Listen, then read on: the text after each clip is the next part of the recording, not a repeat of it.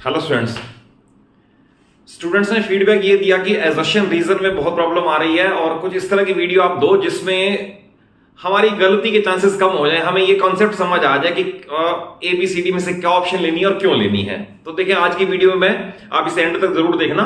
मैं पूरी कोशिश करूंगा कि आपको हर क्वेश्चन में कॉन्सेप्ट वाइज समझा के चलूं सो दैट आपकी गलती के चांसेस कम हो जाएं। और इसके बाद एक जो सबसे जरूरी चीज है पहले वो समझ लें आप। तो देखिए आपको दो स्टेटमेंट दे रखी होंगी, एक एजर्शन है A, एक रीजन है R। आप उन दोनों को केयरफुली पढ़ लो और सबसे पहले कोशिश ये करो उनमें से फॉल्स स्टेटमेंट को अलग करने की। आप ध्यान से देखो, अगर कोई स्टेटमेंट फॉल्स है A और R कोई सा भी फॉल्स है तो 100% हमारा क्वेश्चन ठीक हो गया। रीजन बीइंग आपको ऑप्शन पता ही है चारों में क्या है। पहले में दोनों ट्रू है और करेक्ट एक्सप्लेनेशन है, सेकंड में दोनों ट्रू है बट करेक्ट एक्सप्लेनेशन नहीं है, और थर्ड और फोर्थ आपको पता ही कि एक में एजर्शन फॉल्स है, एक में रीजन फॉल्स है। तो देखिए इसके अंदर अगर आपने फॉल्स को पकड़ लिया तो हमारा C और D में से आंसर कंफर्म हो गया और वो ठीक है। उसके बाद थोड़ा सा ये सोचना है कि अगर उन दोनों फॉल्स हो नहीं सकती, अगर दोनों ट्रू है तो फिर आपको सिर्फ ये सोचना है कि क्या सेकंड स्टेटमेंट फर्स्ट स्टेटमेंट को कहीं कनेक्ट करती है, क्या उसकी एक्सप्लेनेशन में उसकी हेल्प की नीड है। तो अगर ये क्लियर हो गया तो फिर 100% आपका क्वेश्चन ठीक हो जाएगा। तो देखिए पहला क्वेश्चन ये है, फिगर आपको ये गिवन है, या अगर मान लो दो सर्कल्स टचिंग हो, ये it is called point of contact of to circles touching each other, और ये इनका डायरेक्ट कॉमन टेंजेंट है। इसमें आपको दे रखा है in the figure direct common tangent through C। आपने जो ये भी ड्रॉ किया ये भी डायरेक्ट कॉमन टेंजेंट है, बाइसेक्ट्स PQ। दैट इज हमें ये बता रहा है कि PR और RQ इक्वल होंगे, और इसका रीजन ये है tangents from external point are equal.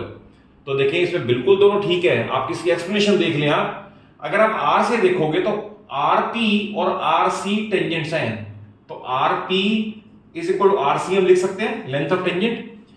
इस सर्कल के लिए देखोगे तो RQ और RC फिर टेंजेंट है, तो RQ और RC फिर टेंजेंट है। तो इन दोनों से हम कंक्लूड कर सकते हैं कि PR is equal to RQ। इसका मतलब ये स्टेटमेंट भी करेक्ट है, ये स्टेटमेंट भी करेक्ट है, और इसका रीजन भी यही है। देयरफॉर आंसर इज A, क्योंकि दोनों ट्रू हैं और करेक्ट एक्सप्लेनेशन है। सेकंड में देखा आपको ये फिगर दे रखा है, इसमें आपको ये एजर्शन ये कहा है कि इसमें एंगल P 25 होगा। तो पहले आप हमेशा कैलकुलेट करके देख लो कि 25 होगा या नहीं होगा। तो जैसे सपोज लीनियर पेज से आओगे तो लीनियर पेज से आके ये बन जाएगा 180 माइनस 115, ये हमारा बना 65। तो ये 65 डिग्री आ गया, पहले नीले पहले अप्लाई कर दिया। और उसके बाद ये हमें पता है tangent is perpendicular to radius through point of contact, that is ये 90 डिग्री आ गया। और अब इस ट्रायंगल में हम एंगल सम प्रॉपर्टी अप्लाई करें, तो एंगल सम प्रॉपर्टी अप्लाई करके we find that angle P comes out to be 25 degree. देखिए इसके अंदर जो रीजन है ना वो है tangent is perpendicular to radius through point of contact. तो ऑब्वियस है ये भी ट्रू आ रहा है, कैलकुलेशन बता रही है। ये भी ट्रू है, इसलिए ट्रू है क्योंकि अगर हमें ये प्रॉपर्टी ना पता हो तो हम इस एंगल को कैलकुलेट कर ही नहीं सकते। तो हमें हेल्प किसने की? हमें हेल्प इसने की tangent is perpendicular to radius through point of contact, ये थ्योरम है। इसके रीजन हमने 90 पुट किया, तब हमने एंगल सम प्रॉपर्टी यूज की। इसका मतलब ये स्टेटमेंट इस स्टेटमेंट को सपोर्ट कर रही है, इसको जस्टिफाई कर रही है, hence answer must be A। Next इसमें है ये फिगर, मान लो ये बना, देखिए मैंने बना दी है, ये tangents at the end point of diameter are parallel. मैंने एक डायमीटर ड्रॉ कर दिया और उसके एंड पॉइंट पे A और B पे टेंजेंट ड्रॉ कर दिए, और इसका रीजन दे दिया line segment joining point of contact in this case is diameter. तो देखिए स्टेटमेंट तो ये भी ट्रू है क्योंकि tangents at the end point of diameter, आप किसी भी सर्कल में कोई भी डायमीटर ड्रॉ कर लो। लेट अस से सपोज आपने ये सर्कल लिया, आपने कहा मैंने ये डायमीटर ड्रॉ किया, तो डायमीटर के एंड पॉइंट पे हमेशा ही पैरेलल होंगे, कैसा भी बना लो, ऑब्वियसली ट्रू है ये। उसके बाद line segment joining mid point of contact in this case is diameter, ये इसका रीजन नहीं है। रीजन इसका ये है कि अगर सपोज ये रेडियस है और ये टेंजेंट है, तो V से tangent is perpendicular radius through point of contact, यानी ये वाला हो गया 90 डिग्री। ये रेडियस है, टेंजेंट है, इसी थ्योरम से हम ये कहेंगे 90 डिग्री। तो इन 90 के यानी ऑल्टरनेट एंगल इक्वल होने की वजह से ये पैरेलल हुए हैं, ना कि डायमीटर स्टेटमेंट से। तो विशेष स्टेटमेंट तो दोनों ट्रू है। बट सेकंड स्टेटमेंट इससे एक्सप्लेन नहीं करती, तो therefore answer will be B, क्योंकि इसका पैरेलल होने का रीजन ये नहीं है। पैरेलल होने का रीजन ये है alternate angles are equal, hence lines are parallel. Next देखें, लाइन इंटरसेक्टिंग सर्कल है 2 पॉइंट इज कॉल्ड सीकेंट। ये मैंने ड्रॉ कर दिया, जो लाइन सर्कल को 2 पॉइंट पे कट करके जाए उसे सीकेंट बोलते हैं। उसका रीजन क्या दिया? रीजन दिया a line touching the circle is called tangent. तो ये P टचिंग वाला पॉइंट है और ये इंटरसेक्टिंग वाला पॉइंट है। इंडिविजुअली तो ये भी ट्रू है, सीकेंट बोलेंगे, इंडिविजुअली ये भी ट्रू है कि टेंजेंट बोलेंगे, बट इसे बताने के लिए इसकी कोई नीड नहीं है, यानी ये स्टेटमेंट इसको जस्टिफाई नहीं कर रही।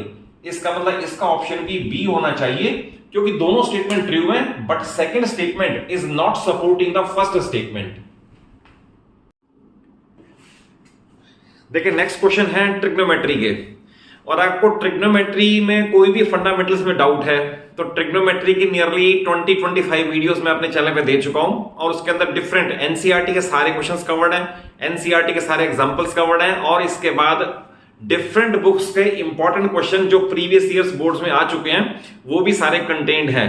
तो आप ट्रिग्नोमेट्री में तो मेरे चैनल में जितनी वीडियोस आ चुकी हैं उन्हें देख के अपनी परफेक्शन हासिल ही कर सकते हो, but for the timing assertion reason में आपको एक्सप्लेन करूंगा कि ये ट्रू क्यों है, फॉल्स क्यों है।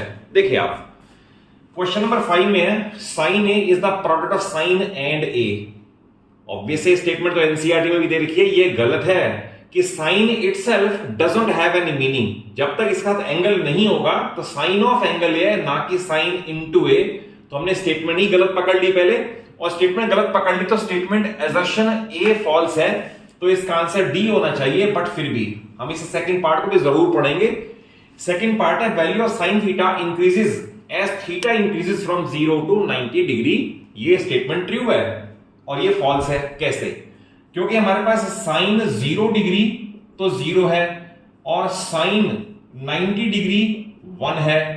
जैसे थीटा बढ़ेगा 0 से 90 वैसे वैसे वैल्यू बढ़ेगी 0 से 1, तो ये हमारे पास आएगी इसकी हाईएस्ट वैल्यू और ये आएगी इसकी लोएस्ट वैल्यू। तो ऑब्वियसली स्टेटमेंट तो ट्रू है, बट हमने पहले ही फॉल्स पकड़ ली, तो फॉल्स पकड़ ली, इसका मतलब ऑप्शन हमारा डी आ गया। इस क्वेश्चन में देखें, ये क्वेश्चन तो बहुत इंपॉर्टेंट है, 1 और 2 मार्कर में भी आ जाता है कि अगर cos a plus cos square A 1 है तो sin स्क्वायर और sin 4 ए 1 होगा, और इसका रीजन ये समझा रखा है। तो हम ये देखते हैं कि क्या इसे प्रूव करने में इसका कोई यूज है या नहीं, तो क्वेश्चन भी कवर हो जाएगा और एजर्शन रीजन भी कवर हो जाएगा। तो देखिए इस स्टेटमेंट को मैं ऐसे लिख दूं, cos a is equal to 1 minus transposition करके cos स्क्वायर ए। अब हमें जब तक ये आइडेंटिटी यूज नहीं करेंगे ना, हम प्रूव नहीं कर सकते। ये आइडेंटिटी कह रही है 1 minus cos square A is equal to sin square A, क्योंकि ये ट्रांसपोज करोगे तो इसे यूज करना पड़ रहा है, तो मैं इसे लिख रहा हूं sin स्क्वायर ए। ये हमारे पास वैल्यू आ गई cos a की। अगर मैं इसके बाद कर दूं स्क्वायरिंग बोथ साइड तो हमारा क्वेश्चन प्रूव भी हो जाएगा। स्क्वायरिंग बोथ साइड में लिखा जाएगा cos square a is equal to sin 4a squaring both side. फिर हमें इसे यूज करना पड़ रहा है कि cos square a can be written as 1 minus sin square a, और 1 minus sin square a is equal to sin 4a, और जो फाइनल रिजल्ट हमारा चाहिए था ना, यानी 1 is equal to sin square a plus sin 4a, ये हमारा प्रूव हो गया। तो ट्रू तो ये भी है और ये भी है, और इसकी सपोर्ट के बिना ये हो नहीं सकता था। दैट इज ये इसकी करेक्ट एक्सप्लेनेशन है। Answer should be A. Next देखें, यह sine of a minus B is equal to sine a minus sine b। It is absolutely wrong. Again sine कोई मल्टीप्लाइंग फैक्टर नहीं है कि हमने कॉमन ले रखा है, यहां भी मल्टीप्लाई कर यहां भी मल्टीप्लाई कर दें। In fact sine of a plus B और sine of a minus B जब 11th में आओगे तो फार्मूले हैं, sine of a plus B है sine a cos b plus cos a sin b, and minus का भी फार्मूला है cos के भी हैं। तो हमने यही स्टेटमेंट गलत पकड़ ली कि मल्टीप्लाइंग फैक्टर नहीं है, यानी ये तो हो नहीं सकता। बट फिर भी हम सेकंड जरूर पढ़ेंगे। हमने पहले एजर्शन को ही फॉल्स कर दिया। एजर्शन फॉल्स का मीनिंग है हमारी ऑप्शन तो डी आ ही गई, बट सेकंड को भी पढ़ ले। सेकंड है for any value of theta sec square theta is equal to 1 plus tan square theta, and you know it very well कि आइडेंटिटी है कि sec square theta minus tan square theta is equal to 1। तो इसका मतलब ये true है, ये false है, तो हमारा आंसर डी आ गया। नेक्स्ट है the value of this expression is 1, और उसका रीजन दे दिया cos 90 इज इक्वल टू 0। तो पहले हम चेक कर रहे हैं क्या इसकी वैल्यू 0 या 1 आती है या नहीं आती, पहले चेक करते हैं। तो ये आपको अगर सपोज ये वैल्यूज याद ना हो तो मैंने अपनी एक वीडियो में सेल्फ डिवाइस्ड मेथड दे रखा है, आपको टेबल बनाने की नीड नहीं पड़ेगी। आप गिन के 4 वैल्यू याद कर लो और आपका सारे क्वेश्चन सॉल्व हो जाएंगे। जैसे sin 60 की वैल्यू तो आपको पता होना चाहिए sin 30 cos 60 1/2 है, तो sin 60 की वैल्यू है √3/2, ठीक है, और इसकी वैल्यू है √3/2, ये ब्रैकेट में प्लेस कर दें, प्लस sin 30 की वैल्यू 1/2, cos 60 की वैल्यू 1/2, तो ये बनेगा 3/4 plus 1/4 that is 4/4 that is 1, यानी ये स्टेटमेंट तो ट्रू आ गई। पर इसे ट्रू प्रूव करने में क्या हमने कहीं यूज किया cos 90 0? इसका तो कोई यूज ही नहीं हुआ, अदरवाइज ट्रू है ये। आपको पता होना चाहिए कि sin 90 डिग्री 1 है बट cos 90 डिग्री 0 है, तो ट्रू तो ये भी है और ट्रू ये भी है, बट ये इसको सपोर्ट नहीं करती, दैट इज इसे प्रूव करने में हमने इसका कोई यूज ही नहीं किया। तो ऑब्वियस है ऐसे में आंसर बी आना चाहिए कि हैं तो दोनों true, but second statement first को जस्टिफाई नहीं करती, फर्स्ट को एक्सप्लेन नहीं करती। देखिए नंबर सिस्टम के क्वेश्चन करने तो आसान है, बट इसके लिए रैशनल और इररेशनल का कॉन्सेप्ट और उनकी प्रॉपर्टीज, यानी रैशनल इररेशनल का सम कैसा होगा, इररेशनल इररेशनल का प्रोडक्ट कैसा होगा, इररेशनल रैशनल का क्वोशंट कैसा होगा, ये प्रॉपर्टी सारी याद होनी चाहिए, अदरवाइज ऐसे क्वेश्चन अटेम्प्ट नहीं कर सकते। और ये बैकग्राउंड आपकी 9th में भी क्लियर हो और नहीं तो फिर 10th में भी क्लियर कर लो, अदरवाइज ऐसे क्वेश्चन आपको डिफिकल्ट फील होंगे। देखिए क्वेश्चन नंबर 9 में है √5 इज इररेशनल, ये ट्रू है बिल्कुल, √5 इररेशनल है, we know it very well, और इसका प्रूफ भी आपके सिलेबस में है। Then if m is odd natural number greater than 1 then √m is always irrational, तो ये स्टेटमेंट गलत है, ये फॉल्स है। रीजन बी, अगर मान लो m मैंने ले लिया 9, तो अगर मैं 9 क्योंकि ऑड नेचुरल नंबर है 9 का मैं रूट लूं तो ये तो 3 आ गया और 3 रैशनल है। लाइकवाइज मैं m को ले लूं लेटर से 25, ये ऑड नेचुरल नंबर है और 25 यानी m का मैं रूट लूं फिर आंसर आ गया 5, ये फिर रैशनल है। इसका मतलब सेकंड स्टेटमेंट गलत है, r इज फॉल्स, और r अगर फॉल्स है तो हमारा आंसर c होना चाहिए, तो c में हमारा असम्पशन तो ट्रू है ये, बट ये फॉल्स है। नेक्स्ट ये क्वेश्चन में बड़ा कंफ्यूजिंग लगता है बच्चों को कि कहते हैं पाई की वैल्यू 22/7 है, तो दोनों ठीक है, बट इसमें स्टेटमेंट में ये कहा है कि 22/7 इज इररेशनल और रीजन है पाई इज इररेशनल। तो आपको बिल्कुल कॉन्सेप्ट क्लियर होना चाहिए कि पाई तो इररेशनल है but 22/7 is the only approximate value of pi. मैं आपको लिख दूं कि 22/7 पाई के इक्वल नहीं है, इज अप्रोक्सीमेट वैल्यू ऑफ पाई। हम हमेशा जितनी भी यूज करते हैं उसमें अप्रोक्सीमेशन है ये, तो इसका मतलब 22/7 क्या है, रैशनल है, और ये कह रहा है इररेशनल है, यानी ये स्टेटमेंट हमने गलत पकड़ ली, तो असर्शन को हमने बता दिया फॉल्स है, और अगर असर्शन फॉल्स है तो हमारा आंसर होना चाहिए डी, और रीजन ट्रू है क्योंकि पाई तो इररेशनल है, वो स्टेटमेंट गलत नहीं है। नेक्स्ट देखिए, ये भी बहुत इंपॉर्टेंट क्वेश्चन है, इसमें आपको एक प्रॉपर्टी पता होनी चाहिए। इसमें दो नंबर है पी और क्यू, उनका एलसीएम 30 दे रखा है और पी और क्यू का एचसीएफ 5 दे रखा है, और देन आपको स्टेटमेंट दिया कि पी क्यू 150 होगा। तो ऑब्वियस है इसमें हम ये प्रॉपर्टी यूज करेंगे तभी ये प्रूव होगा, क्योंकि दो नंबर का अगर प्रोडक्ट लें और उनके एलसीएम एचसीएफ का प्रोडक्ट लें, they must come out to be equal, और ये सपोर्ट करता है इसको, दैट इज ये ट्रू भी है और इसको सपोर्ट भी ये करता है, तो इसका मतलब इसका ऑप्शन ए होना चाहिए कि दोनों स्टेटमेंट ट्रू है और सेकंड स्टेटमेंट फर्स्ट को सपोर्ट कर रही है, यानी जस्टिफाई कर रही है। नेक्स्ट है 1000 can be expressed as product of primes. तो ये आपको पता है कि every composite number can be expressed as a product of primes and this factorization is unique apart from the order in which factors occur. तो आप इसके अंदर रीजन दिया 1000 इज अ कंपोजिट नंबर, तो ऑब्वियस है 1000 कंपोजिट है तभी तो एक्सप्रेस हो सकता है एज प्रोडक्ट ऑफ प्राइम्स, क्योंकि मैंने अभी आपको बताया कि every composite number can be expressed as a product of primes and this factorization is unique, that is ये भी ट्रू है और ये भी ट्रू है और यही ही इसको जस्टिफाई कर रहा है, तो इसके अंदर इसका आंसर ए होना चाहिए।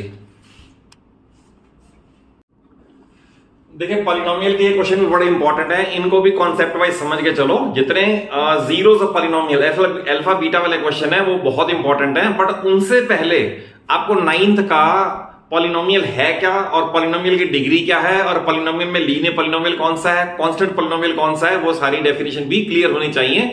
बड़े ब्रॉड एक्सपेक्ट में ये बैकग्राउंड तैयार होगी, तभी आप इनके आंसर कर पाओगे। देखिए क्वेश्चन नंबर 13 में है degree of zero polynomial is not defined. तो पहली बात तो पता होना चाहिए पॉलिनोमियल है क्या। मैं आपको फिर बता दूं पॉलिनोमियल क्या है।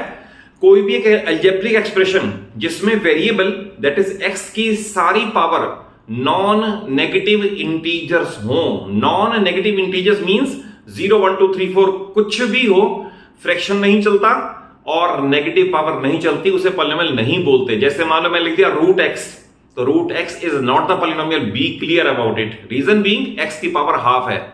लाइकवाइज मैं लिख दूं एक्स प्लस 1 अपॉन एक्स, वो पॉलिनोमियल नहीं है। तो पहले तो पता होना चाहिए पॉलिनोमियल है क्या। देन इसके बाद देखें कि जीरो भी एक पॉलिनोमियल है और इसकी डिग्री अनडिफाइंड है, ये बिल्कुल ट्रू है ये। और अगर मैं लिखूं रूट 7, मैं लिख दूं 7, मैं लिख दूं 7/2, तो क्या ये पॉलिनोमियल है? तो यस, ये भी पॉलिनोमियल है, ये भी है, ये भी पॉलिनोमियल है। तो they all are called constant polynomials. Constant polynomials और कांस्टेंट पॉलिनोमियल्स की डिग्री हमेशा 0 होती है, डिग्री ऑलवेज 0। तो इसने यही कहा है कि degree of root 7 which is constant polynomial is 0, तो ये भी ट्रू है। और degree of zero polynomial is not defined, ये भी ट्रू है। बट आपको ये सोचना है कि क्या ये इसे एक्सप्लेन करता है कि degree of root 7 is 0? True तो है, बट 0 के लिए तो कोई इसकी एक्सप्लेनेशन की नीड नहीं है, तो इसका मतलब ये इसे एक्सप्लेन नहीं करता। तो इसका आंसर बी होना चाहिए। नेक्स्ट क्वेश्चन में देखें 2 and 3 are zeros of polynomial 10 polynomial is this. तो आपको ये फार्मूला पता होना चाहिए कि अगर हमें जीरोस पता है तो हम उनका सम कैलकुलेट कर लें। तो सम इस केस में आएगा 2 + 3 विच इज 5। हम इनका प्रोडक्ट कैलकुलेट कर लें विच इज 2 × 3 = 6 और इस फार्मूले पुट कर दें तो that is x² minus sum यानी कि -5x प्लस प्रोडक्ट यानी +6। तो पॉलिनोमियल यही आ रहा है। और ये प्रूव होने में हमें इसकी हेल्प की नीड पड़ी, क्योंकि फार्मूला अगर ना हो तो हम ये नहीं कर सकते। तो अब इसका ये ट्रू भी है दोनों और ये से एक्सप्लेन भी कर रहा है। Answer should be A. Next है if alpha and beta are 0 the polynomial this, और एक रिलेशन दे दिया अल्फा बीटा में, तो p की वैल्यू 54 आएगी। तो पहले हम चेक कर लें क्या ये ट्रू है कि नहीं। तो alpha plus beta is -b/3 आ गया। इसे 2 से मल्टीप्लाई कर दें, 2 अल्फा प्लस 2 बीटा = 6। और एक रिलेशन ये दे रखा है 2 alpha plus 3 beta = 15। Then subtract करें माइनस माइनस माइनस, ये कैंसिलेशन हो जाएगा। तो minus of beta = minus of 9 और कैंसिलेशन करके बीटा = 9 आ गया। अगर मैं बीटा 9 यहां पुट कर दूं तो अल्फा प्लस बीटा मींस 9 = 3 और अल्फा = -6। तो ये अल्फा आ गया -6, बीटा आ गया 9। तो इनका प्रोडक्ट है -54। और हमें पता है प्रोडक्ट हमेशा क्या होता है, प्रोडक्ट होता है c/a।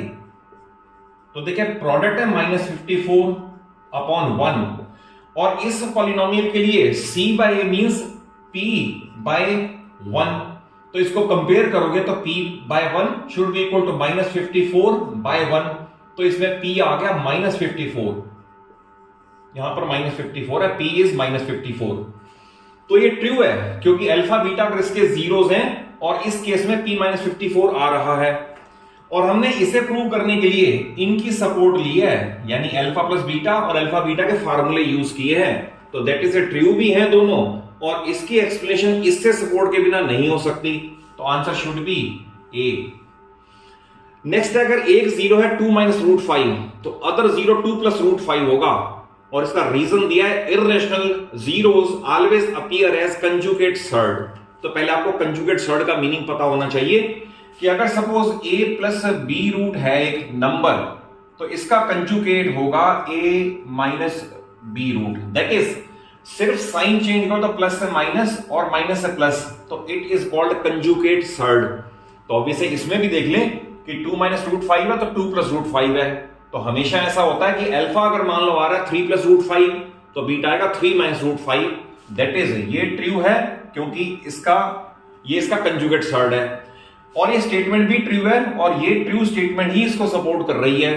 तो दैट इज इसका आंसर भी ए होना चाहिए। देखिए लास्ट 4 क्वेश्चन सिमिलर ट्रायंगल के हैं और सिमिलर ट्रायंगल के क्योंकि चैप्टर थोड़ा सा स्टूडेंट्स को डिफिकल्ट फील होता है, तो मैंने सिमिलर ट्रायंगल की सारी एनसीईआरटी, सारे एग्जांपल्स और सारे क्वेश्चंस एनसीईआरटी के अपनी वीडियोस में कवर करके दे दिए। किसी भी क्वेश्चन में कॉन्सेप्ट वाइज प्रॉब्लम हो तो आप उन वीडियोस को वॉच करके अच्छी तरह लर्न कर सकते हो कि इसमें क्या कॉन्सेप्ट इन्वॉल्व है, और उसके अंदर अगर परफेक्टली लिखोगे, परफेक्शन से लिखोगे तो ही मार्क्स मिलेंगे। आधा अधूरा लिखने का या रॉन्गली लिखने का कोई मार्क्स नहीं मिलता। देन उसके अंदर अब ये क्वेश्चन है, ऑब्वियस है उसके कॉन्सेप्ट सारे क्लियर होने चाहिए, तभी आप इन क्वेश्चन को अटेम्प्ट कर पाओगे। पहला है all congruent triangles are similar but all similar triangles are not congruent. ये बिल्कुल ट्रू है कि अगर सपोज मैं ये दो ट्रायंगल बना दूं, लेटर से ये दो ट्रायंगल है जो कि कॉन्ग्रुएंट है, तो ऑब्वियस है इसकी पेपर कटिंग इसके ऊपर आ जाएगी, तो ऑब्वियस सिमिलर तो अपने आप ही हो गए क्योंकि रेशो 1:1 1:1 1:1 आएगा। बट ये कह रहा है all similar triangles are not congruent. ये बिल्कुल ठीक है। अगर सपोज मैं ये कहूं ये और ये ट्रायंगल है, ये छोटी ट्रायंगल है, बड़ी है, सिमिलर तो है ये, बट इसकी पेपर कटिंग इसके ऊपर नहीं आ सकती, तो ये ट्रू है ये कि सारी कॉन्ग्रुएंट तो सिमिलर होती हैं बट सिमिलर कॉन्ग्रुएंट नहीं होती। ये ट्रू है ये। Next, if sides are proportional then the triangles are similar. तो इसे एक्सप्लेन करने में इसमें कोई कॉन्ग्रुएंसी का वर्ड यूज नहीं हुआ। ट्रू तो ये भी है कि अगर सपोज ट्रिपल एस है, यानी कोई दो ट्रायंगल आपने ट्रिपल एस से सिमिलर प्रूव कर दी, तो इसका मीनिंग अपने आप है कि वो इक्वी एंगुलर है। ट्रिपल ए या डबल ए कुछ भी लगा सकते हो, तो ये ट्रू है ये। बट इसे प्रूव करने में इसकी हेल्प की नीड नहीं है। रीजन बीइंग इसमें कॉन्ग्रुएंसी या कुछ भी नहीं कहा, इसने कॉन्ग्रुएंट और सिमिलर को कंपेयर किया इंडिविजुअली। ये स्टेटमेंट ट्रू है बट इसे एक्सप्लेन नहीं करती, तो answer should be B. Next देखिए, आपको दे रखा है इस फिगर में डी पैरेलल बीसी और ये डायमेंशन दे रखी है एंड x इक्वल टू 1। तो पहले कैलकुलेट कर ले कहीं यही फॉल्स तो नहीं है, कहीं या क्या ऐसा तो नहीं है x1 ना हो कि -1 आ रहा हो या कुछ और आ रहा हो, और उसके बाद इसको सोचेंगे उसका इससे क्या रिलेशन है। तो मैं इसमें बीपीटी अप्लाई कर दूं तो x upon x plus 1 must be equal to x plus 1 upon x plus 3। Cross multiply करके बनेगा x plus 1 the whole square is equal to x into x plus 3, square expand होगा x square plus 1 plus 2x is equal to x square plus 3x। x square का cancellation कर दें और 2x उधर जाके less होके x बचेगा और इधर 1, तो ये ट्रू आ रहा है। ये बिल्कुल ठीक आ रहा है कि अगर x 1 कह रहा है तो ओके है। और इसमें रीजन दिया है कि अगर ये पैरेलल होगी तो ये अपॉन ये इज इक्वल टू ये अपॉन ये बाय बीपीटी है, और हमने इसे ही यूज किया है, यानी इसे रिजल्ट तक पहुंचने में इसकी हेल्प जरूरी थी, इसके बिना ये ना होता। तो दैट इज आंसर फिर ए होना चाहिए क्योंकि यही ही इसको एक्सप्लेन कर रहा है। नेक्स्ट है, इन दो ट्रायंगल में सिमिलर का साइन डाल दिया, इसकी साइड बीसी 4 बता दी और ये पूछा ईएफ कितनी है, और इसमें पेरीमीटर 36 पेरीमीटर 54। स्टेटमेंट ये कह रही है अगर ऐसा होगा तो ये ईएफ 6 आएगी, और रीजन कह रहा है ratio of side is same as ratio of perimeters. तो ये इंडिविजुअली अपने आप में क्वेश्चन है कि दो सिमिलर ट्रायंगल में जो रेशियो ऑफ साइड्स होगा वो रेशियो ऑफ पेरीमीटर्स भी होगा, या इसे रेशियो एंड प्रोपोर्शन की थ्योरम से समझ लें। मैं आपको वो बता देता हूं कि अगर suppose a upon b is equal to c upon d is equal to e upon f हो, then by theorem of equal ratios each is equal to a plus c plus e upon b plus d plus f, जिसे बोलते हैं sum of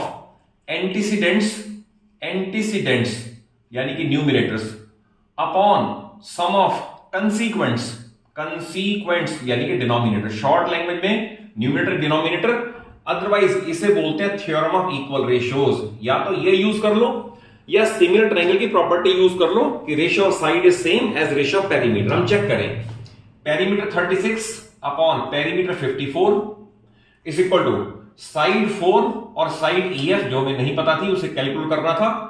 then आप इसे cancel करोगे, ये बनेगा 36 EF is equal to 54 into 4, और 36 फिर मैं इसके अपॉन में ले आऊं तो ये बनेगा 2 और ये बनेगा 3 और बनेगा 2 और ये 2, तो दैट इज EF6 आ गया। और ये भी कह रहा है EF6। अब EF6 प्रूव करने में हमने इस थ्योरम की या इस प्रॉपर्टी की हेल्प ली है, इसके बिना प्रूव नहीं हो सकता था। तो दैट इज रीजन असर्शन को सपोर्ट कर रहा है, तो इसका आंसर ए होना चाहिए। नेक्स्ट है if for two similar triangle sides are proportional then they are equiangular. मैंने अभी आपको बताया था कि अगर साइड्स प्रोपोर्शनल हो तो इक्विएंगुलर है, no need to say statement is 100% true. Next है bisector of vertical angle bisects the opposite side then it is triangle is isosceles. और ये इनफैक्ट 9th की ट्रायंगल्स का क्वेश्चन भी है जिसका प्रूफ भी 9th के आपको उसमें दिया हुआ है कि अगर किसी ट्रायंगल में वर्टिकल एंगल का बाइसेक्टर ड्रॉ करें, बाइसेक्टर, तो वो सामने की साइड को भी बाइसेक्ट करेगा, जिसका प्रूफ हम इस तरह से करके करते हैं 9th के अंदर। ये 9th का क्वेश्चन है ये। तो इंडिविजुअली ट्रू है, या इसे इंटरनल बाइसेक्टर थ्योरम जो कि अब डिलीट हो गई है, आईबीटी के नाम से थी, जो डिलीट हो गई है, इससे भी प्रूव कर सकते हो आईबीटी से या 9th क्वेश्चन से। तो इंडिविजुअली ये बिल्कुल ठीक है कि अगर किसी वर्टिकल एंगल का बाइसेक्टर है तो वो सामने की साइड को भी बाइसेक्ट करता है। बट इसका इससे क्या रिलेशन, दैट इज इसका सिमिलर ट्रायंगल की इस प्रॉपर्टी से कोई रिलेशन ही नहीं है दोनों ट्रू। तो इसका मतलब इसका आंसर बी होना चाहिए, दोनों ट्रू है। बट सेकंड स्टेटमेंट फर्स्ट को एक्सप्लेन नहीं करती, दैट इज रीजनिंग एजर्शन का करेक्ट नहीं है।